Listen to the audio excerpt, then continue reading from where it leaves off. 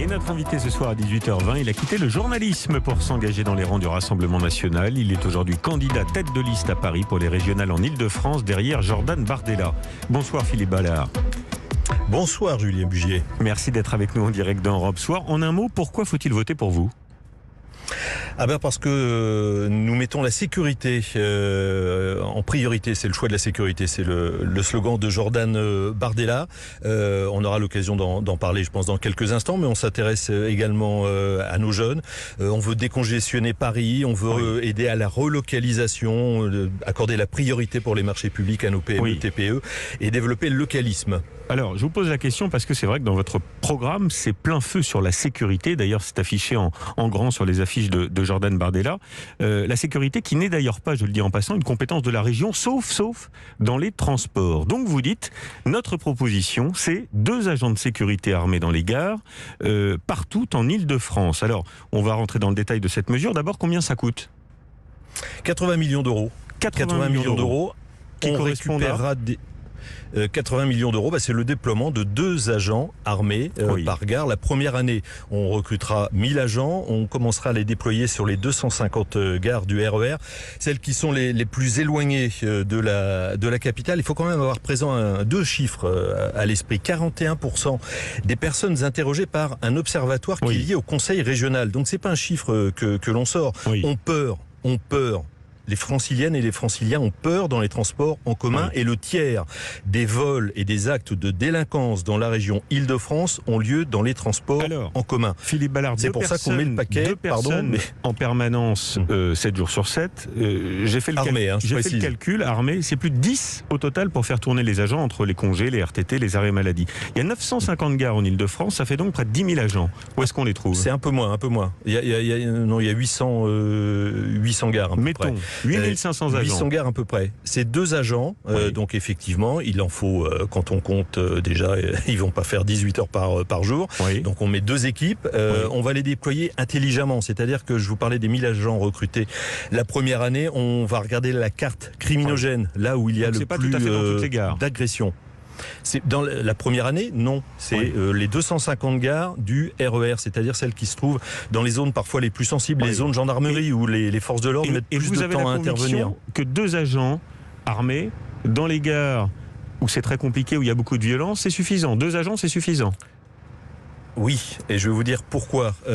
Parce que quand j'entends les candidats de gauche, tout le monde d'ailleurs, petite aparté, mais tout le monde est d'accord de gauche, Madame Pécresse, Monsieur Saint-Martin, pour reconnaître qu'il y a un problème de sécurité dans les transports en commun. Après, quand on rentre dans le détail, les candidats de gauche nous disent, nous on va faire de la médiation. Mais pardon, quand vous prenez un train, un RER, que vous êtes agressé par une bande de véritables desperados, qui vous raquettent, qui vous volent, qui vous frappent, la médiation, elle n'a pas sa place. Mais donc 2 agents face à une bande, 2 agents face à une bande, c'est suffisant. 2 agents armés, 2 agents armés que vous pouvez trouver. La personne qui est agressée dans une rame, elle descend à la station suivante et là, elle a 2 personnes à qui parler, à qui s'adresser, qui s'ils n'ont pas le temps de monter dans la rame à l'instant T, peuvent prévenir leurs collègues qui seront dans la rame suivante et d'appeler évidemment en plus la police ou la gendarmerie. Donc face à cette insécurité qui pollue la vie des franciliennes, des franciliens, on pourra élargir à la France entière. Vous regardez les sondages comme moi, 42%, c'est le chiffre qui revient toujours. C'est la sécurité qui revient le thème numéro 1. Quand on va travailler la boule au ventre, moi je pense aux femmes qui parfois, parce qu'elles ont des horaires décalés, elles rentrent à 21h, à 22h, à 23h, qu'elles se retrouvent seules dans une rame du RER, mais c'est terrible. Oui, mais c'est souvent dans les rames que se passent les drames, malheureusement. Vous savez que ça existe déjà des agents de sécurité ou des policiers dans les transports en Ile-de-France. Vous savez combien il y en a ? Combien Est-ce que vous le savez, Philippe Ballard ? Pas suffisamment. Est-ce que, à l'instant T, combien il y en a ? Madame Pécresse a déployé quelques brigades. Plus de 4000 dans les trains, dont plus de 1000 policiers. Non, mais pas. Attendez, ça c'est le chiffre. Le stock. Il s'agit d'êtres humains, donc c'est le premier mot qui me vient à l'esprit. Mais ça, c'est la capacité totale à déployer. Mais à l'instant T, c'est sûrement pas le même chiffre que vous allez retrouver. Nous, ça sera à l'instant T 2 agents armés. Alors sur les transports, vous savez que c'est un sujet important pour les franciliens. C'est 10 milliards d'euros par an le transport en Ile-de-France. Que proposez-vous pour améliorer les conditions de circulation des franciliens au quotidien ? Alors, deux choses. On va réhabiliter déjà ce qui existe avant de se livrer à des grands projets. Le Charles de Gaulle Express sera évidemment abandonné. On réhabilite le RER B, notamment le RER D, je pense au tramway, la ligne 1, la ligne 4. Oui. C'est bien sûr la priorité. Et puis, on veut, vous savez qu'une de nos grandes démarches, c'est ce que l'on appelle la démétropolisation. On veut décongestionner Paris et la petite couronne. Oui. Plus de 80% des cadres interrogés récemment déclaraient vouloir à court terme ou moyen terme quitter la capitale. Donc on décongestionne Paris, la petite couronne, pour faire en sorte que les gens aient la possibilité d'aller vivre plus loin en Île-de-France. Je pense aux Yvelines, des nouvelles lignes, c'est ça ? Dans l'Essonne. Non, on se sert du réseau existant et on ajoute des bus à hydrogène en bout de ligne pour permettre à ces personnes de rejoindre les transports en commun. Et puis, autre avantage, c'est que vous revitalisez aussi les centres-villes qui ont été... C'est écolo, ça c'est bien. Attends, je finis. Mais nous sommes... Vous savez, le localisme et les circuits courts que nous voulons développer montrent que nous sommes sans aucun doute plus écolos que beaucoup. Je finis juste sur la décongestion de Paris. C'est fondamental. Est-ce que vous rencontrez des personnes qui vous disent on est très heureux de vivre à Paris dans la petite couronne quand on passe des heures dans les bouchons, dans les transports en commun, on est tous stressés. Voilà, ça permettra de revitaliser les centres-villes et de juste prendre un petit peu le temps de vivre. On a le droit de prendre le temps de vivre quand même. Philippe Ballard, votre passage dans l'arène politique a surpris quand vous l'avez annoncé, d'ailleurs y compris au sein de votre ancienne chaîne de télévision, LCI. Est-ce que ça fait longtemps que vous aviez pris cette décision de vous engager au Rassemblement national ? Non, j'avais un prisme, je voyais qu'il faisait les bonnes analyses, qu'il proposait les bonnes solutions, mais vu l'état de mon pays, j'ai vu la droite, la gauche, le centre au pouvoir et nous amener, ils ont tous la même grille de lecture, nous amener là où ils en sont. J'ai des enfants, j'ai des petits-enfants, je veux leur laisser un autre pays, donc je me suis dit, mais il y a des régionales, il y a la présidentielle. Quand vous étiez journaliste ? Ça m'est souvent arrivé. Souvent arrivé. J'ai bien aimé la période, alors là c'était pas le Front National, Pasqua-Seguin, voilà, parce que ils étaient souverainistes. Seguin a défendu le non à Maastricht, Pasqua expulsait, pas suffisamment, il y avait beaucoup de com autour de ça, mais voilà, c'est un parti. Vous vous êtes pas réveillé un matin avec l'envie de vous engager au Rassemblement national. J'ai une question pour vous sur votre chef de file, Jordan Bardella. Il a 25 ans, c'est un garçon brillant. Est-ce que pour diriger une grande région comme l'Île-de-France, ne jamais avoir travaillé de sa vie, ça n'est quand même pas un handicap? Ah non, je pense que déjà il n'est pas le seul dans ce cas-là.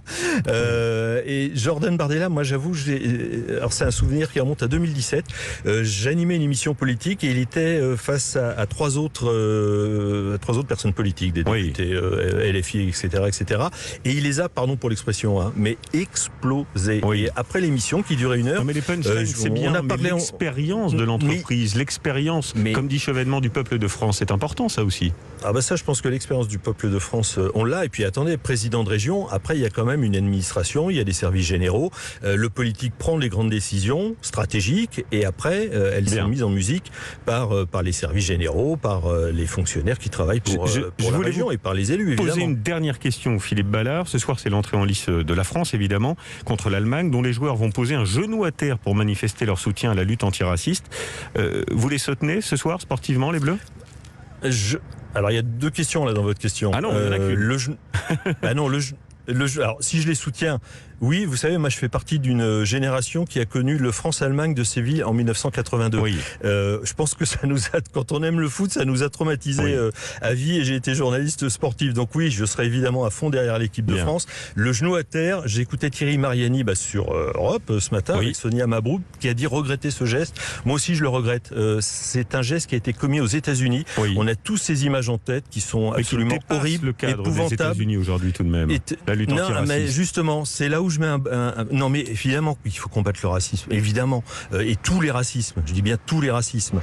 Par contre, ça s'est produit aux États-Unis. Moi, je veux pas qu'on fasse la transposition de l'autre côté de l'Atlantique. On pointe du doigt, et c'est souvent le cas malheureusement sur nos forces de l'ordre. Moi, j'ai jamais vu que ce soit un policier, un gendarme faire la même chose en France. Donc attention, tout ce qui nous vient des États-Unis, la cancel culture, le woke, oui, ça se passe aux États-Unis. C'est bien ce que je vous dis. La cancel culture, le wokisme, l'intersectionnalité. Il ne faut pas que ça ça arrive en France. Et attention, avec des gestes pareil. Comme ça, qui sont des gestes de... Si, ça fait partie d'un vaste mouvement. Attention, pas de com', on est à fond derrière l'équipe de France de football, mais voilà, je suis comme Thierry Mariani, moi je regrette ce geste des joueurs à qui, évidemment, je pourrais pas voir la première mi-temps, parce que je participe à un débat, mais je regarderai évidemment avec affection, enthousiasme cette deuxième mi-temps. Merci infiniment, Philippe Ballard, d'avoir été ce soir notre invité. Merci.